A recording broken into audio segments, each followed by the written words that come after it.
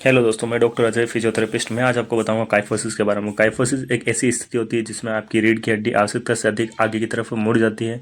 आपकी पीठ की ऊपरी शरीर या हिस्सा, गर्दन या पसलियों के बीच की जो जो हिस्सा होता है वो आसपास आगे की तरफ झुक जाता है। इसी को हम काइफोसिस या राउंड बैक कहते हैं। काइफोसिस को हंच बैक या राउंड बैक भी कहते हैं।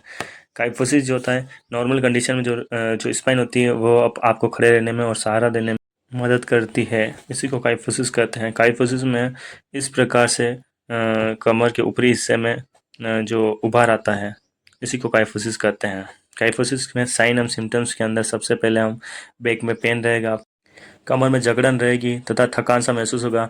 आपकी जो थाइस की पीछे की मांसपेशियाँ जो होती है वो थोड़ी टाइट रहेगी और शोल्डर जो होता है आगे की तरफ मुड़े हुए रहेंगे।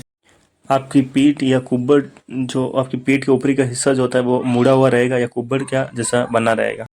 थोरासिक काइफोसिस के कारण क्या क्या हो सकते हैं? कारण में सबसे पहले डीजनरेटिव चेंजेस के अंदर कोई भी व्यक्ति हो, अगर उसको ऑस्टियोपोरोसिस हो या इसकी हड्डियां जो होती है वो कमज़ोर हो या स्पाइनल अर्थराइटिस हो, बोन के बीच में सूजन बन रही हो, तो इस केसेस में काइफोसिस हो सकता है। न्यूरोमस्कुलर डिसऑर्डर, अगर किसी पेशेंट को सेरेब्रल पाल्सी है या मस्कुलर डिस्ट्रोफी, या तो उसकी मसल्स कमज़ोर है या फिर उन्हें जन्म से ही कुछ दिक्कत है, तो उनकी कुब्बड़ जैसा उभार रहता है कमर में। तो ये भी एक कारण हो सकता है। न्यूट्रिशन डेफिशिएंसी की वजह से भी हो सकता है। विटामिन डी की कमी से ये हो सकता है। और पोस्चर का थोड़ा गलत तरीके से खड़े रहना या बैठ के झुक के बैठना, इसका कारण भी काइफोसिस हो सकता है। अब हम देखते हैं काइफोसिस के टाइप्स कौन कौन से हैं, कितने प्रकार का काइफोसिस होता है। सबसे पहला जो काइफोसिस होता है वो होता है कंजेनाइटल। कंजेनाइटल क्या, तो जन्मजात या जन्म के समय मौजूद स्थिति। जन्मजात कीफोसिस तब होता है जब आपकी रीढ़ ठीक से विकसित नहीं होती है या गर्भाशय में पूरी तरह से विकसित हो जाती है। आपके बढ़ने के साथ ही गंभीरता बढ़ सकती है। बचपन में रीढ़ की हड्डी के टेढ़ेपन को सर्जरी द्वारा ठीक किया जा सकता है ताकि इसे और खराब होने से रोका जा सके। सेकंड है पोस्चुरल काइफोसिस। पोस्चुरल काइफोसिस ये आम प्रकार है। यह आमतौर पर आपको किशोरावस्था के दौरान होता है। झुककर बैठने या खराब मुद्रा के कारण आपकी कशेरुका या रीढ़ की हड्डियां जो होती है वो अपनी जगह पर रखने वाले स्नायु बंधन और मांसपेशियों में खिंचाव होता है। खिंचाव के कारण आपकी कशेरुका अपनी सामान्य स्थिति से बाहर आ जाती है, जिससे आपकी रीढ़ की हड्डी गोल हो जाती है। इसी को पोस्चुरल काइफोसिस कहते हैं। तीसरा जो टाइप है वो है स्क्वेयरमैन काइफोसिस। यह तब होता है जब कशेरुका का आकार अपेक्षा से अलग होता है। आयताकार होने की बजाय आपकी कशेरुका का आकार पंचर जैसा होता है। पंचर के आकार की हड्डियां आगे की तरफ मुड़ जाती है, जिससे आपकी रीढ़ गोल हो जाती है। इसी को स्क्वेयरमैन काइफोसिस कहते हैं।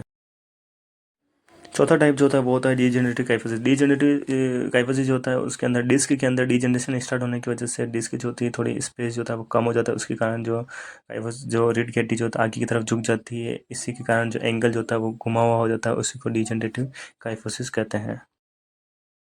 पांचवा टाइप जो है वो न्यूरोमस्कुलर काइफोसिस बोलते हैं। चिल्ड्रन के अंदर न्यूरोमस्कुलर डिसऑर्डर होने की वजह से, जैसे सेरेब्रल पाल्सी है, स्पाइना बिफिडा या मस्कुलर डिस्ट्रोफी, जन्म से ही होती है।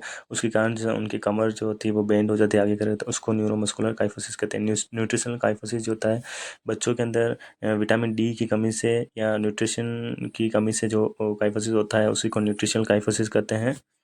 पांचवा टाइप जो होता है वो होता है लेट्रोजेनिक काइफोसिस। ये इसके अंदर सर्जिकल कॉम्प्लिकेशन रहता है। स्पाइन के अंदर सर्जरी का अभाव भी रहता है। इसी को लेट्रोजेनिक काइफोसिस कहते हैं। डायग्नोसिस के अंदर सबसे पहले हम एक्सरे करवाएंगे। एक्सरे में देखा जाएगा कि रीढ़ की जो हड्डी है वो कितनी मुड़ी हुई है। फिर एमआरआई कर सकते हैं और लंग फंक्शन टेस्ट कर सकते हैं। इन तीनों के कारणों को देख के भी पता लगाएगा कि कौन सा काइफोसिस है। एक्सरे में हम देखेंगे कि हड्डियाँ कितनी आगे की तरफ मुड़ी हुई है। उसके बाद एमआरआई के अंदर नसों पे कितना दबाव है या फिर कितनी नस दबी हुई है वो देखेंगे। और लंग फंक्शन टेस्ट के अंदर लंग्स पूरी तरह से काम कर रहे हैं या नहीं कर रहे हैं वो देखेंगे। उसके बाद हम काइफोसिस के ट्रीटमेंट के लिए सबसे पहले कुछ दर्द निवारक जो गोलियाँ होती है वो पेशेंट को दी जाती है, ताकि पेशेंट को चलने फिरने या आगे झुकने में किसी भी प्रकार का कोई प्रॉब्लम नहीं हो। फिर उसके बाद फिजियोथेरेपी अंदर कुछ एक्सरसाइज वगैरह करवाई जाती है, या फिजियोथेरेपी जो ब्रेस होता है वो पेशेंट को दिया जाता है, ताकि उससे उनकी रीढ़ की जो हड्डी है वो थोड़ा पोस्चर जो था करेक्ट हो पाए या थोड़ा सा सीधा हो सके।